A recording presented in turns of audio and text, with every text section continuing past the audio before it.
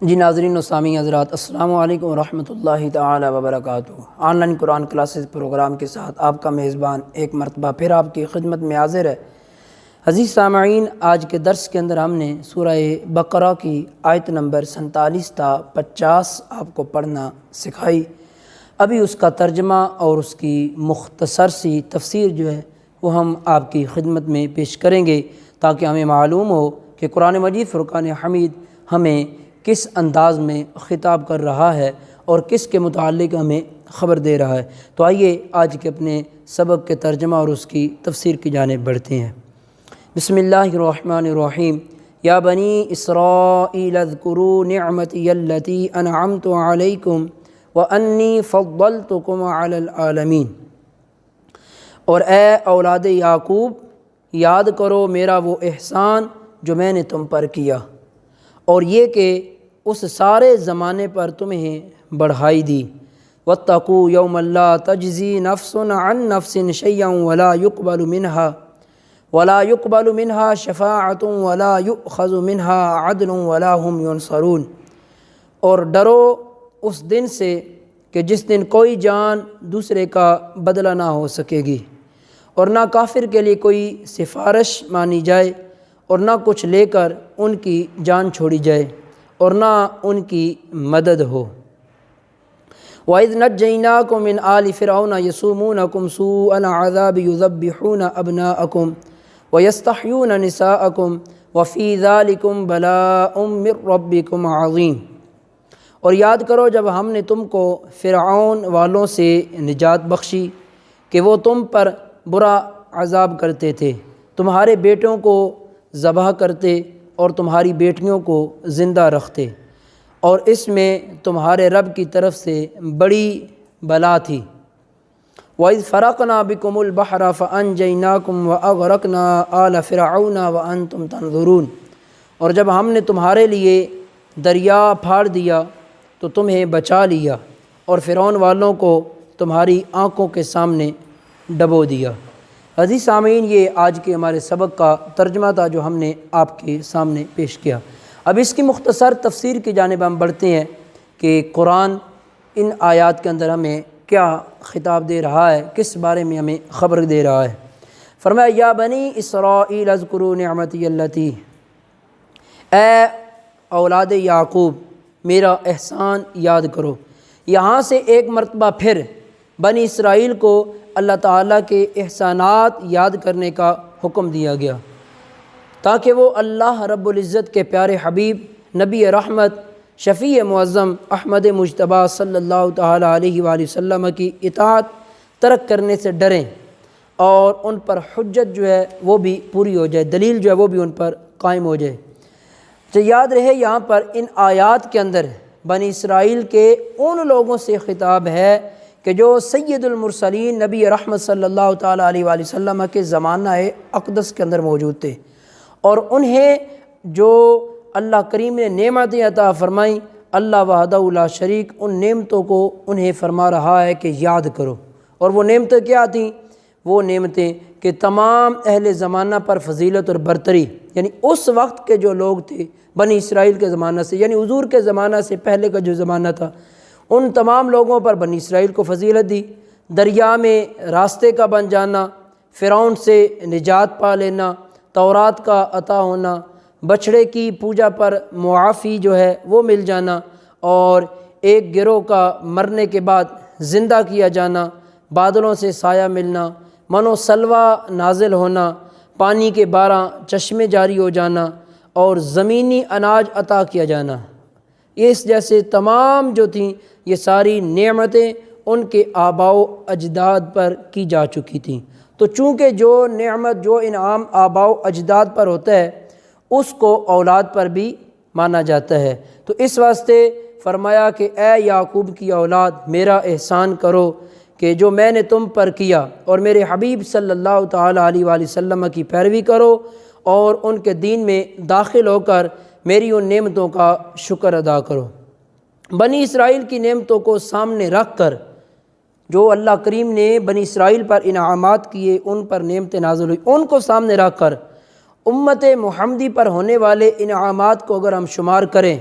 تو ہم سمجھ سکتے ہیں کہ شکر گزاری کا تقاضا ہم سے کس قدر مطلوب ہے اور ہمیں کس قدر اپنے رب کا شکر ادا کرنا چاہیے۔ آگے فرمایا انی فضلتکم علی العالمین، میں نے تمہیں تمام جہاں والوں پر فضیلت عطا فرمائی۔ تو اس سے مراد یہ ہے کہ بنی اسرائیل کو ان کے زمانہ کے اندر تمام لوگوں پر فضیلت دی گئی۔ جو بنی اسرائیل کا زمانہ تھا اس زمانے کے اندر اللہ رب العزت نے بنی اسرائیل کو تمام لوگوں پر فضیلت دی، اور جب نبی رحمت صلی اللہ تعالیٰ علیہ وآلہ وسلم کی آمد ہوئی تو یہ فضیلت آپ کی امت کی طرف منتقل ہو گئی، اور اللہ تعالیٰ نے اپنے حبیب صلی اللہ تعالیٰ علیہ وآلہ وسلم کی امت کو سابقہ ساری امتوں سے افضل اور فضیلت عطا فرمائی ہے۔ قرآن مجید اس بات پر شاہد ہے، کنتم خیر امت اخرجت للناس اور تأمرون بالمعروف وتنہون عن المنکر، سورہ آل عمران کے اندر ارشاد فرمایا کہ اے مسلمانوں تم بہترین امت ہو جو لوگوں کی ہدایت کے لیے ظاہر کی گئی ہے۔ اگلی آیت کے اندر فرمایا کہ لا تجزی نفس عن نفس شیئا ولا يقبل منها، یہ آخر تک کہ کوئی جان کسی دوسرے کی طرف سے بدلہ نہ دے گی، یعنی اے بنی اسرائیل قیامت کے اس دن سے ڈرو کہ جب کوئی کسی کا بدلہ نہیں دے گی، کسی کی طرف سے کوئی بدلہ قبول نہیں کیا جائے گا، بلکہ وہاں نفسی کا عالم ہوگا۔ قبول تو تب کیا جائے گا جب کوئی بدلہ دے گا، تو وہاں کوئی بدلہ ہی نہیں دے گا، اور تم اپنے آپ کو جہنم سے آزاد وہاں نہیں کروا سکتے کہ تم کوئی معاوضہ دے دو، تم کوئی اور تمہاری جانب سے کوئی اور وہاں فدیہ دے دے، وہاں ایسا کچھ نہیں ہوگا۔ اس لیے اپنے رب کے عذاب سے ڈرو، اپنے رب کا عذاب جو تمہارے اوپر نازل ہوگا اس وقت اس عذاب سے ڈرو، اور اب میرے رسول کی اطاعت کرو اور میری توحید کو مانو اور اس کا اقرار کرو۔ اچھا، حضور علیہ الصلوۃ والسلام قیامت کے دن مسلمانوں کی شفاعت فرمائیں گے انشاءاللہ تعالی، اس شفاعت کی وجہ سے اللہ امت محمدی کی بخشش فرما دے گا، اور بھی کئی امتوں کے کئی لوگوں کی حضور شفاعت کریں گے، اس لیے کہ سبھی قومیں اپنے اپنے نبیوں کے پاس جا کر جب سفارش کی دعا کریں گی تو سارے نبی کہیں گے ہم آج تمہارے ساتھ کچھ نہیں کر سکتے، بالآخر نبی آخر الزمان صلی اللہ علیہ وآلہ وسلم کی بارگاہ میں آئیں گے سارے لوگ، اور حضور ان کی سفارش کریں گے اور سرکار کی شفاعت قبول کی جائے گی۔ یہاں یہ بات بھی ضروری ہے سمجھنا ہمارے لیے کہ شفاعت کی امید پر انسان گناہ کرے تو یہ کیسا ہے؟ اللہ اکبر، شفاعت اسے پتہ ہے کہ حضور علیہ الصلوۃ والسلام نے قیامت کے دن شفاعت کر دینی، تو لہذا میں گناہ کر لوں تو کیا ہے؟ یہ تو پھر ایسے ہی ہے کہ جیسے کسی اچھے ڈاکٹر کے مل جانے پر کوئی آدمی زہر کھا لے،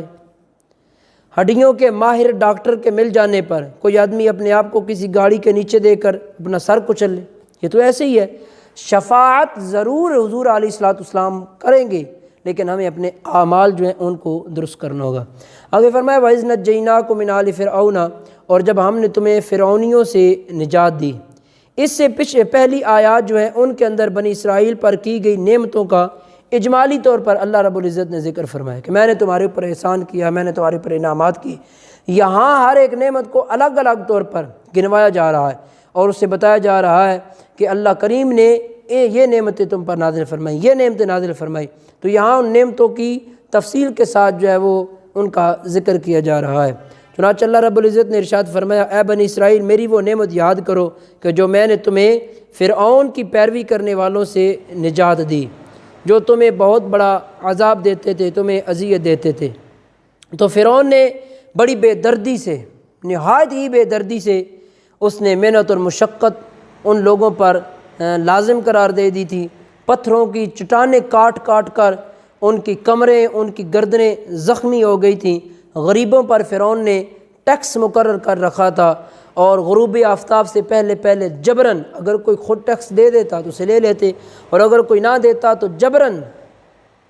سزا کے طور پر انہیں سختی سے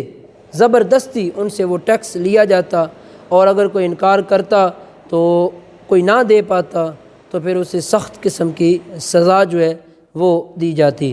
تو اس اگر فرعونیت کا اگر کچھ نمونہ آج مسلم ممالک کے اندر دیکھنا ہو تو دیکھا جا سکتا ہے۔ یہ فرعونیت جو فرعون کے ساتھ خاص تھی، یہی فرعونیت آج مسلم ممالک کے اندر، کہ جہاں لوگ جو ہے غیر مسلم وہ مسلط ہو چکے ہیں۔ ابھی حال ہی میں آپ کشمیر کا حال دیکھ لیں، انڈیا کا حال دیکھ لیں، مسلمانوں کی کس طرح ان کی نسل کشی کی جا رہی ہے اور ان کو مارا جا رہا ہے، ان کو محو کرنے کی کوششیں کی جا رہی ہیں، ظلم اور ستم کے بازار جو ہے وہ گرم کیے جا رہے ہیں، پہاڑ گرائے جا رہے ہیں، تو یہ قومیں مسلمانوں پر ظلم کرتی رہی ہیں۔ اچھا، یہ فرعون کون ہے اور فرعون کا تعارف کیا ہے؟ اصل میں جس طرح یہ فارس کے بادشاہ کا لقب جو تھا نا کسریٰ،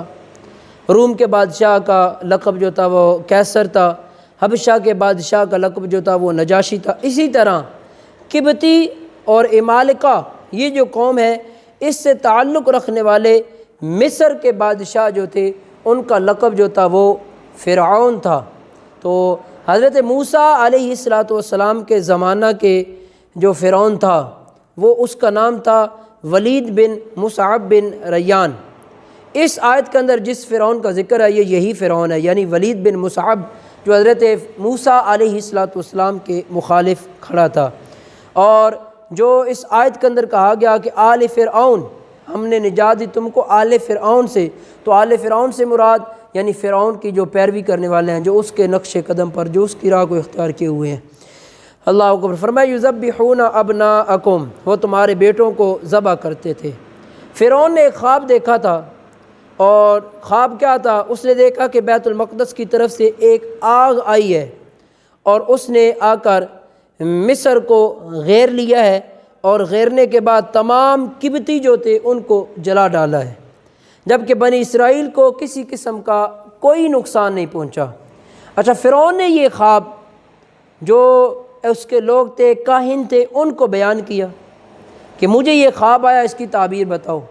کاہنوں نے اس خواب کی تعبیر یہ بتائی کہ بنی اسرائیل سے ایک لڑکا آئے گا اور وہ لڑکا تیرے تاج و تخت کو، تیری بادشاہت کو نیست و نابود کر دے گا اور تمہیں ختم کر دے گا، تمہیں قتل کر ڈالے گا اور تیرا نام و نشان تک باقی نہیں رہے گا۔ تو فرعون کو جب اس بات کا علم ہوا تو فرعون نے ایک حکم نامہ جاری کر دیا۔ کیا کہا اس نے کہا جی بنی اسرائیل کے سارے لڑکے جو ہیں ان کو ذبح کر دیا جائے، لڑکیوں کو زندہ چھوڑ دیا جائے، کیونکہ کاہنوں نے بشارت دی تھی وہ لڑکا ہوگا تو جو تمہاری بادشاہت سلطنت کو نیست و نابود کرے گا۔ فرعون نے حکم دے دیا کہ بچوں کو قتل کر دیا جائے، تو اس طرح ہزاروں کی تعداد کے اندر بچوں کو قتل کیا گیا۔ اچھا، قدرت الہی سے ایسا ہوا کہ بنی اسرائیل کے جو بوڑھے لوگ تھے وہ جلد مرنے لگے، تو قبطی سردار جو تھے انہوں نے گھبرا کر فرعون سے مشورہ کیا اور انہوں نے کہا کہ ایک جانب تو بنی اسرائیل کے لوگ کثرت سے مر رہے ہیں، دوسری جانب ہم بچوں کو مسلسل ذبح کر رہے ہیں، اگر یہ بنی اسرائیل اس طرح ختم ہو گئے تو ہم اپنے خدمت گزار کہاں سے لائیں گے، ہماری خدمت کرنے والے لوگ کون ہوں گے؟ لہٰذا اس پر کوئی نظر ثانی کی جائے اور اس حوالے سے کچھ معاملہ جو ہے وہ سوچ سمجھ کر فیصلہ لیا جائے۔ فرعون نے ایک نیا حکم نامہ جاری کیا، اس نے کہا جی اچھا ایسا کرو کہ 1 سال بچوں کو ذبح کر دیا کرو، 1 سال بچوں کو چھوڑ دیا کرو۔ جس سال بچوں کو چھوڑنے کی باری تھی اس سال حضرت موسیٰ کے بھائی حضرت ہارون علیہ السلام کی ولادت ہوتی ہے، جس سال بچوں کو ذبح کرنے کی باری تھی اس سال حضرت موسیٰ علیہ السلام کی ولادت ہو جاتی ہے اور حضرت موسیٰ علیہ السلام پیدا ہوتے ہیں۔ پھر حضرت موسیٰ کو اللہ نے کیسے بچایا، وہ کہاں سے کہاں تک چلے، سورہ قصص کے اندر اس کا بیان جو ہے وہ تفصیل کے ساتھ پہلے رکوع کے اندر موجود ہے۔ آگے فرمایا وَفِي ذَلِكُمْ بَلَاءٌ، اور اس میں آزمائش تھی۔ بلا امتحان اور آزمائش کو کہتے ہوتے ہیں، اور آزمائش جو ہے یہ نعمت سے بھی ہوتی ہے۔ کبھی آزمائش مصیبت سے، تکلیف سے، مشقت سے ہوتی ہے، کبھی آزمائش جو ہے وہ نعمت سے بھی ہوتی ہے، اور شدت اور محنت کی وجہ سے بھی بلا جو ہے، یعنی محنت اور شدت سے یا مشقت اور تکلیف جو ہے اس کی وجہ سے جو بلا ہے وہ نازل کی جاتی ہے۔ تو نعمت سے بندے کی شکر گزاری اور محنت اور مشقت سے اس کے صبر کا حال جو ہے وہ ظاہر ہوتا ہے، اس کا صبر جو ہے وہ ظاہر ہوتا ہے کہ یہ کیسا ہے اور یہ اپنے رب پر کس قدر اس کا شکر ادا کر رہا ہے۔ اس آیت مبارکہ کے اندر فرمایا کہ ذالکم، تو ذالکم کا اشارہ فرعون کے مظالم کی طرف اگر ہو تو پھر بلا سے محنت اور مصیبت مراد ہوگی، اور اگر ان مظالم سے نجات دینے کی طرف اشارہ ہو تو پھر بلا سے نعمت مراد ہوگی۔ کہ نعمت جو ہے وہ اللہ کریم نے عطا فرمائی۔ اچھا آگے فرمایا وَإِذْ فَرَقْنَا بِكُمُ الْبَحْرَ فَأَنْجَيْنَاكُمْ، آخر تک، اور جب ہم نے تمہارے لیے دریا پھاڑ دیا۔ یہ دوسری نعمت ہے، یہاں سے دوسری نعمت کا ذکر کیا جا رہا ہے کہ جو بنی اسرائیل پر اللہ رب العزت نے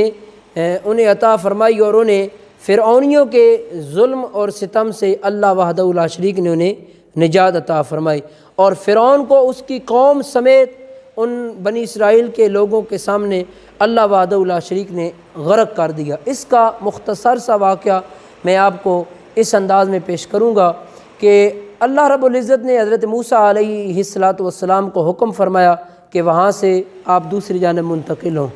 رات کی گھڑیوں میں حضرت موسیٰ علیہ السلام بنی اسرائیل کی قوم کو ساتھ لے کر وہاں سے چل دیے۔ فرعون کو اس بات کی خبر ہوئی اور اسے پتہ چلا، تو فرعون نے کیا کیا؟ فرعون نے ایک بہت بڑا لشکر تیار کیا، اور لشکر تیار کر کے بذات خود وہ حضرت موسیٰ اور آپ کے ماننے والے جو تھے ان کے تعاقب میں نکل پڑا۔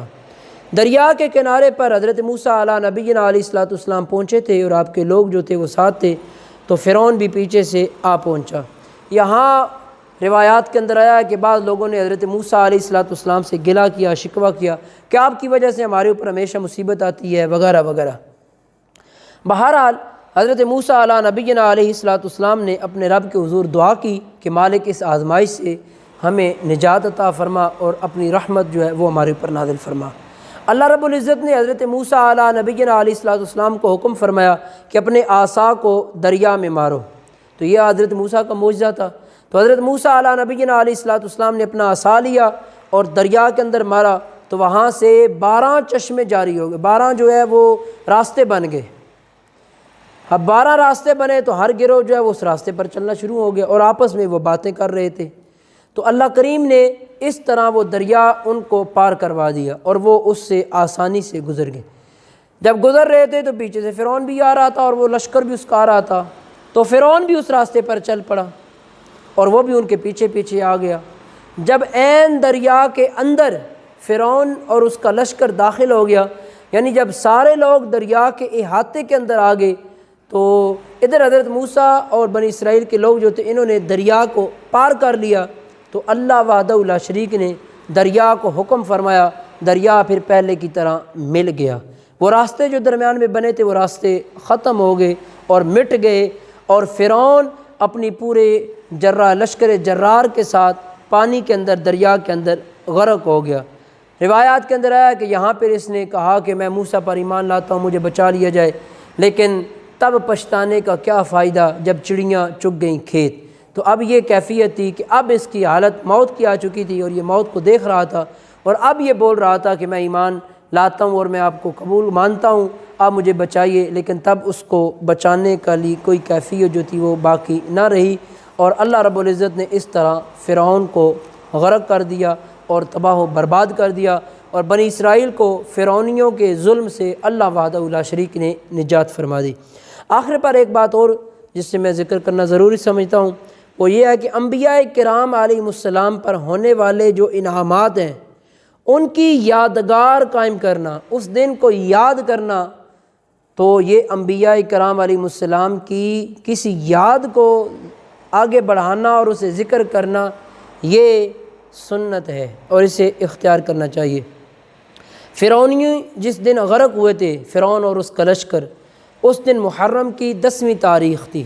یعنی محرم 10 محرم الحرام کو اللہ رب العزت نے فرعون کو غرق کیا، اس کی قوم کو غرق کیا، اور مسلمانوں کو فتح عطا فرمائی۔ جب مسلمانوں کو یعنی حضرت موسیٰ اور ان کے ماننے والوں کو فتح نصیب ہوئی، تو حضرت موسیٰ علیہ نبینا علیہ السلام نے شکر کرنے کے طور پر روزہ رکھا۔ صحیح بخاری اور صحیح مسلم میں ہے کہ حضرت عبداللہ بن عباس رضی اللہ تعالیٰ عنہما فرماتے ہیں کہ جب حضور نبی رحمت و جہاں صلی اللہ تعالیٰ علیہ وآلہ وسلم مدینہ منورہ تشریف لائے، تو آپ نے دیکھا کہ یہودی عاشورہ کے دن روزہ رکھتے ہیں، یعنی 10 محرم کو یہودی جو ہیں وہ روزہ رکھتے ہیں۔ حضور نبی رحمت صلی اللہ تعالیٰ علیہ وآلہ وسلم نے ارشاد فرمایا یہ کیا ہے کہ یہودیوں نے روزہ رکھا ہوا ہے؟ تو پھر یہودیوں نے عرض کیا کہ یہ نیک دن ہے، یہ دن ہے کہ جس میں اللہ رب العزت نے بنی اسرائیل کو ان کے دشمنوں سے نجات دی۔ حضرت موسیٰ علیہ السلام نے اس دن روزہ رکھا تھا، تو ہم ان کی سنت کو پورا کر رہے ہیں اور اس سے سیلیبریٹ کر رہے ہیں۔ رسول کریم صلی اللہ تعالیٰ علیہ وآلہ وسلم نے ارشاد فرمایا، تمہاری نسبت موسیٰ سے میرا تعلق زیادہ ہے اور میں موسیٰ سے زیادہ تعلق رکھتا ہوں۔ چنانچہ نبی رحمت صلی اللہ تعالیٰ علیہ وآلہ وسلم نے اس دن روزہ رکھا اور اس دن روزہ رکھنے کا حضور نے حکم بھی ارشاد فرمایا۔ البتہ علماء نے اس بات کو ذکر کیا ہے کہ صرف 10 محرم الحرام کا روزہ جو ہے وہ نہ رکھا جائے، بلکہ اس کے ساتھ 9 محرم کا یا آگے 11 محرم کا روزہ جو ہے اسے رکھ لیا جائے۔ حضرت عبداللہ بن عباس رضی اللہ تعالیٰ عنہما سے مروی ہے، رسول کریم علیہ الصلوۃ والسلام نے ارشاد فرمایا، عاشورہ کے دن کا روزہ رکھو اور اس میں یہودیوں کی مخالفت کرو۔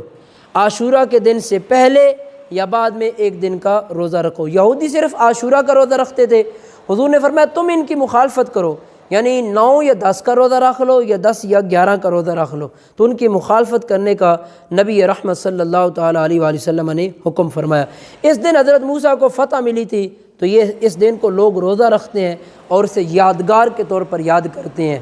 تو اس سے ہمیں یہ پتہ چلا کہ انبیاء کے ساتھ جو کچھ چیزیں منسوب ہوتی ہیں انہیں یاد کرنا، انہیں سیلیبریٹ کرنا، یہ سنت ہے، یہ کوئی بدعت نہیں ہے، یہ کوئی فتنہ نہیں ہے، بلکہ یہ سنت ہے اور اسے اختیار جو ہے وہ کرنا چاہیے۔ تو عزیز سامعین، آج کا یہ ہمارا سبق تھا سورہ بقرہ کی آیت نمبر 47 تا 50، جس کا ترجمہ اور تفسیر مختصر ہم نے آپ کی خدمت میں پیش کی۔ مالک ارض و سما کی بارگاہ میں دعا ہے رب قدوس ہمیں قرآن کے نور سے منور فرمائے اور ہماری دینی اور دنیاوی مشکلات کو ہمارے لیے آسان فرمائے۔ Online Quran classes programme کے ساتھ اپنے میزبان محمد شعیب تبسم کو اجازت دیجیے، کل آپ سے پھر ملاقات ہوگی۔ اللہ آپ کا حامی و ناصر ہو۔ السلام علیکم ورحمۃ اللہ تعالیٰ وبرکاتہ۔